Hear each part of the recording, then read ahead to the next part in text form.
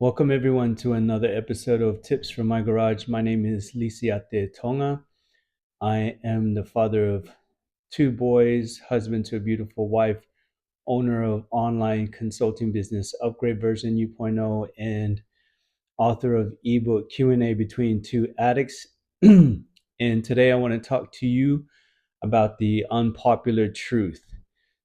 And the reason this message is unpopular is because it is contrary to the natural man. So each of us has a natural man, a side of us that is carnal, that is sensual, selfish, worldly, devilish, lazy. That's the natural man. That's a side of us that all of us as human beings have in common. And this natural man that we have in us is driving a lot of the decisions that we make today. And when it comes to quick fixes and shortcuts, our natural man piques its interest. And if there is somebody that knows how to do that, and we'll call that the Pied Piper, right? And you can call the Pied Piper just anybody that knows how the natural man behaves in each of us. And so the Pied Piper's job is to figure out the songs that the natural man likes to hear and entice him by playing that music. And that Pied Piper can be anyone. It could be um, products, it could be services. It's how things are sold. And so, what we have been sold about quick fixes and easy wins, that it is possible, and it is possible. Is it possible for you to take a pill and lose weight quickly? Is it possible for you to take steroids and gain muscle mass quickly? Is it is it possible to transform your body in 30 days? Can you take um, extreme crash course diets? Can you um, buy crypto and become rich overnight? Can you join a get rich quick scheme and become wealthy quickly? And I think the answer to all of these is that yes, you can.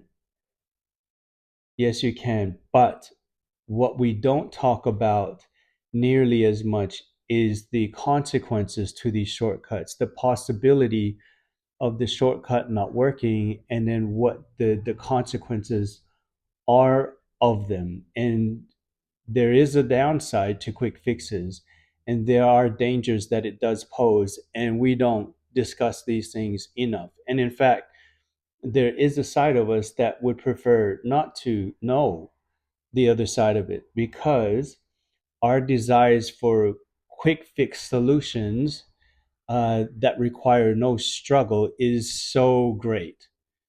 And we are willing to turn a blind eye to what the possibilities are, or the consequences of what can happen if these shortcuts don't work.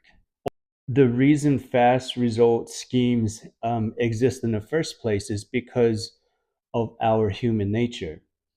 I've talked about the natural tendencies that we have, the natural man that is in us, that is carnal, that is selfish, sexual, devilish, lazy, worldly, all of these things.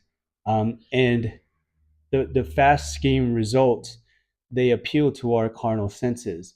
And I want to just explain this quickly with an example of how the carnal mind processes a quick fix. If I could use an example of a young man who wants to take steroids and how he justifies doing that. And in his mind, the carnal side of his mind, it's not just a mind thing, but it's a heart thing as well. but that combination of heart and mind in a carnal sense, this is the justifying process that that young man will go through when he's considering taking steroids. And I'm not saying this is everyone, but this would be a typical or a common reason for why young men take steroids. So let's just say the selfish side of that natural man, is he thinking of himself? Is this something that he's going to do for personal gain? Yes. If you look at the laziness, the lazy side of the natural man, is this young man, could this young man be lazy? Perhaps he's not lazy in all things, but does he want to, is there a desire there to get a result quicker than what the natural course would take you to do? And the answer there is also yes. So in a sense, it is being lazy because you're trying to get from one place to another quicker than what it would normally take you. That is also the natural man in you trying to cut corners. If you look at the worldly sense of your carnal mind, does he care? Does he care about what other people think? Yes, he does. The purpose of why he would be taking steroids is so that people's perception of him would change, would improve, would put him into a better light, would give him status, would give him clout, would give him um, confidence that wasn't there before.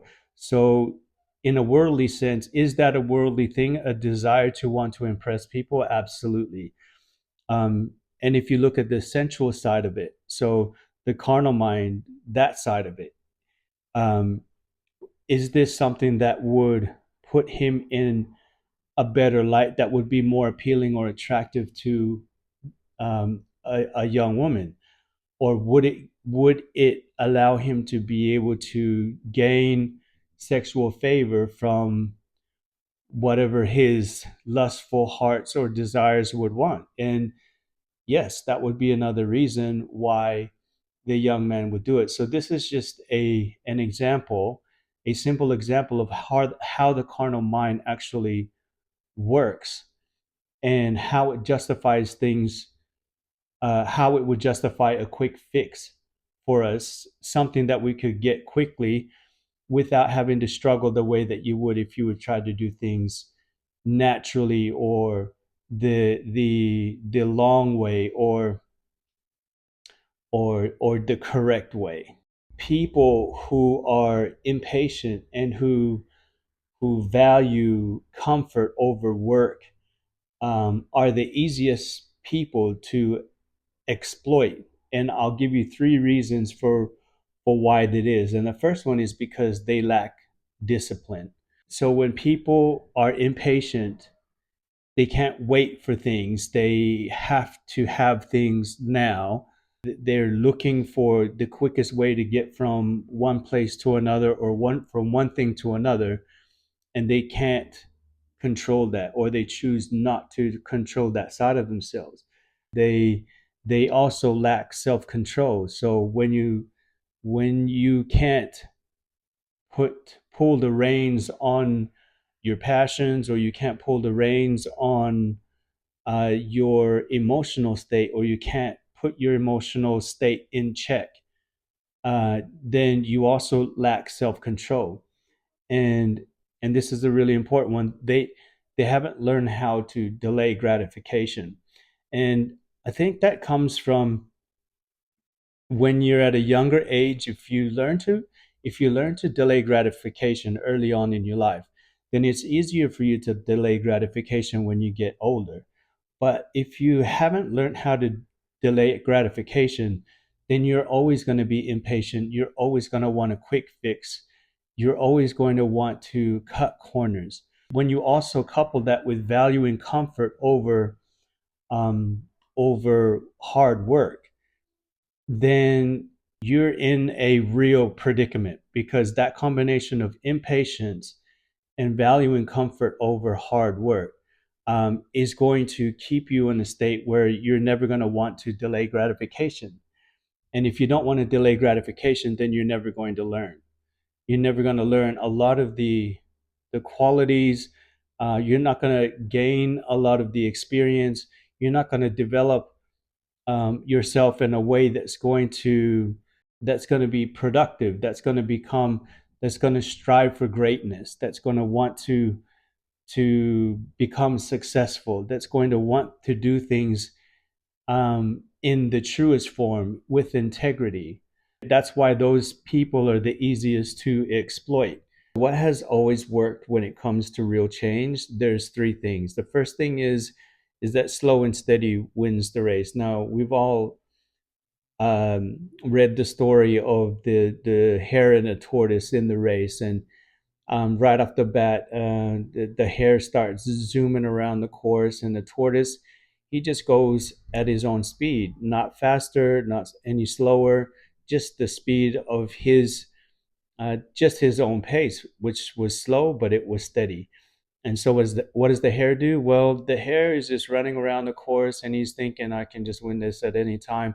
I have time to take a nap. And so he takes a nap. And while he's taking a nap, the tortoise goes by him and ends up winning the race. And in some races, speed does matter. And if you're the fastest and if the point of that race is to win the race, then speed does matter. But in life, speed doesn't actually matter. It's just the direction that you're going that matters the most.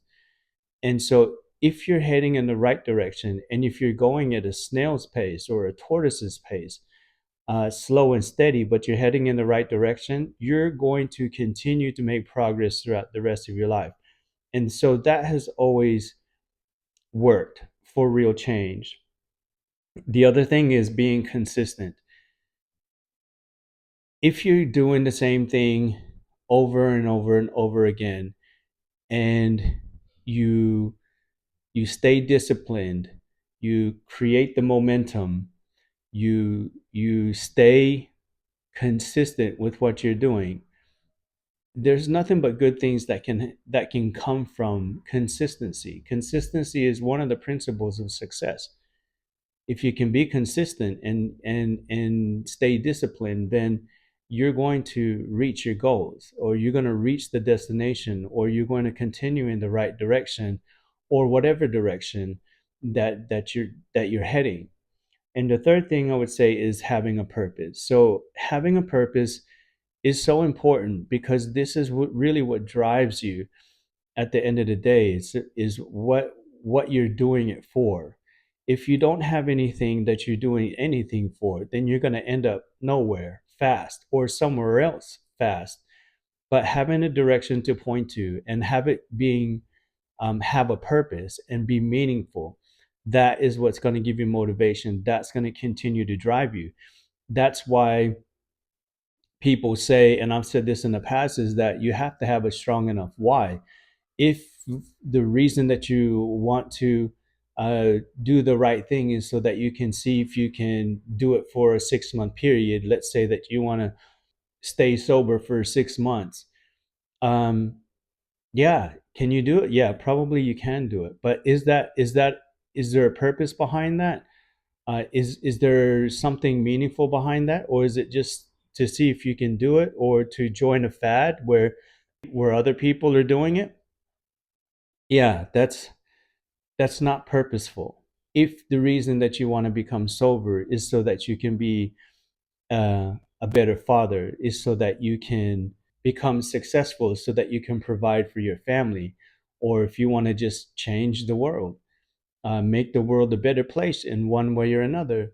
Is that meaningful? Yeah, that's meaningful. That's got purpose behind it. Can that drive you? Yes, it can drive you. In fact, it can drive you for the rest of your life. That's what I mean by having a purpose. Having a purpose, same thing as having a strong enough why. Your why is your purpose. If you got a weak why, it's not going to sustain you. You got a stronger why, real purpose. It's going to keep you motivated even during the hard times, and that's really important for meaningful change, for real change in your life. What could shortcuts actually cost us over time? And I would say the one thing it will cost us over time is time. I have friends that have done extreme diets and they've gotten results quickly, but the lifestyle and the manner in which they reached the goals that they had was too extreme, too extreme to the point that they couldn't sustain it. And so when something like that becomes unsustainable, it becomes unrealistic to maintain. Then you just stop. And what actually happened to them is because they stopped doing this extreme diet, they just went back to their old patterns. And in fact, instead of going back to the weight that they were at previously, they actually added more weight to them. And the other thing that shortcuts actually could cost you over time is growth, and this is opportunity missed, but it does have a silver lining. So instead of learning the value of hard work and discipline and consistency, patience, long suffering, um, you just learn how not to do things. And this can be demoralizing experience, or it can be a demoralizing experience with a valuable lesson learned. And the third thing I would say that shortcuts could cost you, what shortcuts could cost you over time, is emotional well-being. And I talked about being demoralized earlier, and that's an emotional well-being thing. When you become demoralized or depressed, it can be heartbreaking. And if that's the case, then things can go downhill quickly as a result. And this is actually when short-term wins, when they quietly um, create long-term damage. And what I mean by that is you end up going back to your default patterns, and you start reinforcing your old patterns through your vices. And that's why I've seen people that have gone from losing lots and lots of weight through quick sharp diets, to gaining all the weight back and then more weight on top of that. I have a friend who has been taking steroids for years, and he stopped taking steroids because he wanted to have a baby. He wanted to start a family with his wife, and his testosterone was so low that it affected his ability to be able to, for him to be able to have children. And so, and the other thing is when he comes off it, he said that his moods were different. He couldn't operate as well as he could. He was always tired. And then he ended up going back on it because uh, he wanted to feel better again. He wanted to feel strong again. But the difference was is that it's something that he has to do now in order for him to maintain his testosterone levels, and not something that he can do naturally anymore, which is really sad. I just felt bad for him because I mean I have two children, and he is struggling to have children now, and I know how fulfilling that can be for someone when they don't have children, and then when they're able to finally have children, um, you know, that brings so much joy to people, and I feel for people that can't do that. And so, what changes when recovery becomes a lifestyle instead of a project? I think this is a good question. I, what changes when recovery becomes a lifestyle instead of a project is your perception. And what I mean is that when you think about a project, if you're doing a project or if you set goals for yourself, right? You have a project that you have that you want to complete, or you have your goal that you want to reach. These things all have time frames on them. Most of them have time frames on them, and so they come with an end date. And so that's one perception of recovery. But if you look at recovery as a lifestyle is for life. and that doesn't have a time frame. So you're not doing something for X amount of time. This is something that you're living out. There's no end date, and that perception is different from something that has an end date to it. I think that those things change the way that you, not just the way that you perceive it, but they prepare you for the way that you are going to approach it. And so the price for lasting change has to be paid in full, and it has to be paid in full for these following reasons. The first one is really important, is because all the qualities, the principles, and characteristics that you learn, they need to have time to be developed and to become a part of your character. That those things take time to be able to become a part of who you are, and that's what you're doing, is you're becoming. And when you're becoming somebody else, when you're becoming a new person, when you're evolving into the better version of yourself, those things take time, because there has to be repetition, enough repetition, in order for these things to stick, to become a part, to become second nature, um, to become a part of you.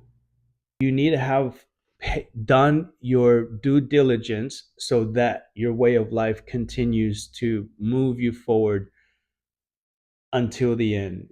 And not only that, it's sustainable, but also that it continues to drive you for the rest of your life, that it continues to motivate you, so that you continue to do these things day in and day out.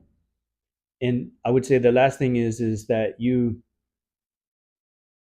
pay everything in full so that you give yourself the best chance of reaching your potential. We're put on this earth so that we can reach our potential, so that we can live the best version of ourselves. Why else be here on this planet and live this experience, knowing that we're going to die, and not want to become the best version of ourselves and see what the possibilities are of becoming who you're supposed to be, and in so doing also being able to make the most of this life experience, because life is short. We don't have much time on this earth, and so shouldn't we, or wouldn't it be just the best experience ever? Wouldn't we want to make it the best experience ever? And the bet and the way that we do that is by becoming the best version of ourselves. If we become the best versions of ourselves, then we're going to live our lives to the fullest.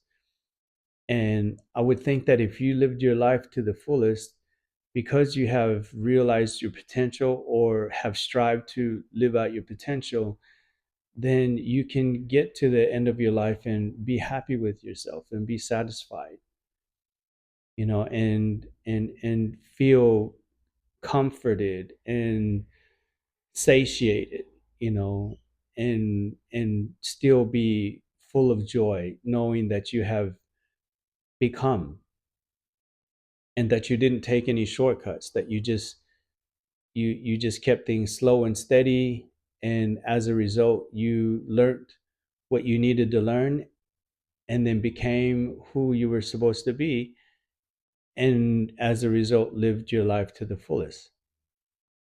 I don't know, maybe it's just me, just talking out loud and just rambling on, but that's my hope for me, but it's my hope for everyone too. Anyways, hope this was helpful. I'll see you next time.